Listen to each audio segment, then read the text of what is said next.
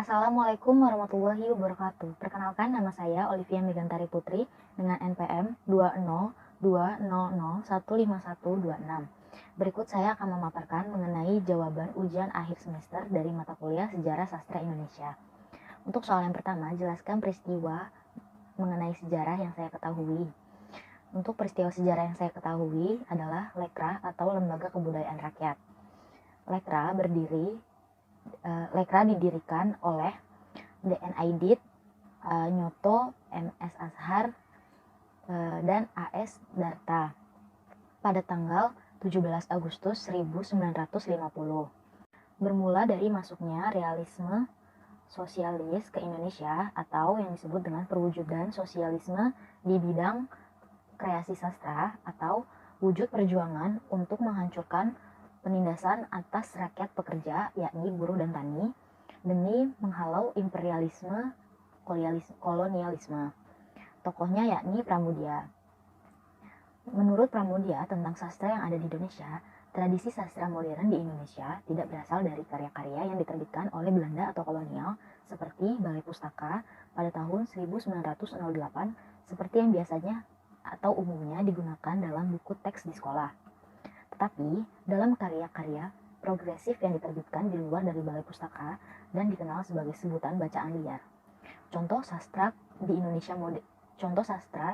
modern yang progresif adalah karya Multatuli dari De Snikker dalam bahasa Belanda yang berarti Max Havelaar. Lekra adalah lembaga yang dinaungi oleh PKI atau Partai Komunis Indonesia yang memiliki federasi seni non-pemerintahan yang jelas berorientasi pada sastra dan dananya yang cukup memadai. Divisinya itu sastra, seni rupa, seni suara, seni drama, seni filsafat, dan sebagainya. Lembaga Kebudayaan Rakyat memiliki dasar realisme sosialis yang memiliki watak tidak kenal kompromi.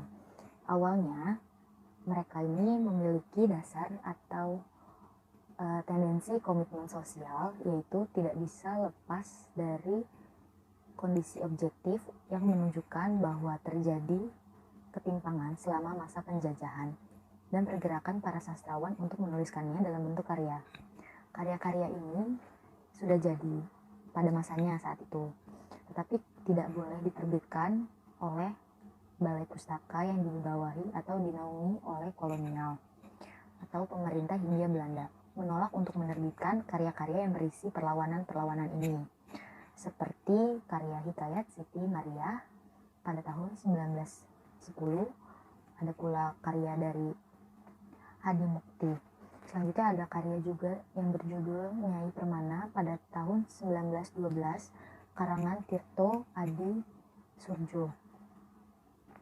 Nah, di dalam karangan-karangan ini bernada kekecewaan terhadap ketidakadilan yang diderita oleh rakyat atas penindasan-penindasan yang terjadi pada masa itu oleh kolonial.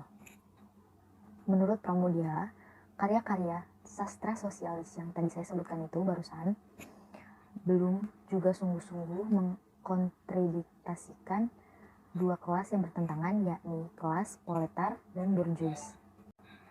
Adapun beberapa konsep dasar sastra Lekra antara lain yang pertama seni untuk rakyat, yang kedua politik adalah panglima, yang ketiga meluas dan meninggi, yang keempat gerakan turun ke bawah, dan yang kelima organisasi. Di dalam Lekra juga terdapat tokoh-tokoh yang cukup terkenal, yakni sastrawan, yang pertama ada AS Darta alias Clara Akuistia alias Yogawara, ada juga Agam Wispi, S. Regar, Rumambi, dan lain-lain. Sastra di luar Lekra yang berhasil ditarik ke dalam Lekra yaitu salah satunya tadi Pramudia, Anantatur, S. Rukia, dan Utuy, Tantangan Sontani. Menurut saya, Lekra memiliki pengaruh yang besar untuk sastra karena Lekra telah melahirkan banyak sekali karya kebudayaan, apalagi dalam hal kesusastraan untuk Indonesia. Namun karena adanya penetapan keputusan karena Lekra ditiadakan, jadi ya sudah, akhirnya Lekra dibubarkan. Tapi sejarah ini cukup menarik karena Lekra memiliki banyak sekali sejarah tentang sastra. Kemudian untuk yang nomor 2, yakni sejarah yang menurut saya harus diangkat di dalam sastra, yaitu sejarahnya dari Ronggowarsito. Ronggowarsito atau dikenal dengan Raden Ngabedi Ranggawarsita. Dia lahir di Surakarta dan dikenal sebagai pujangga besar dari Jawa yang hidup di Kasunan, Surakarta. Ia dianggap sebagai pujangga besar dari tanah Jawa yang terakhir. Ia memiliki nama asli Bagus Burhan. Dia masih keturunan dari Majapahit. Kemudian dia juga termasuk tokoh yang dibangga-banggakan di tanah Jawa.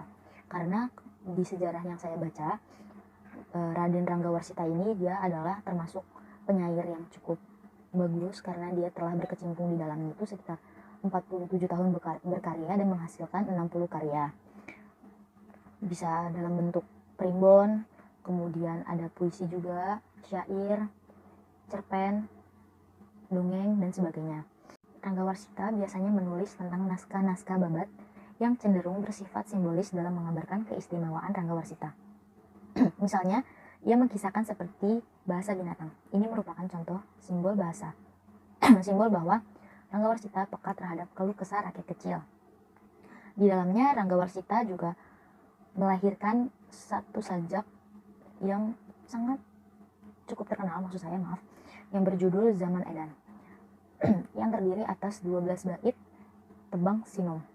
Beberapa karya sastra yang dilahirkan oleh sosok Ronggowarsito yaitu ada cerita Mahabharata atau cerita Pandawa dan Korawa, kemudian ada serat Lodang, ada serat Cemporet, ada serat Candra Tarini, ada serat Aji Pamasa, dan lain sebagainya. Pada masa itu Ranggawarsita sangat amat dikenal sebagai orang yang hebat karena dia adalah termasuk penyair yang ulung.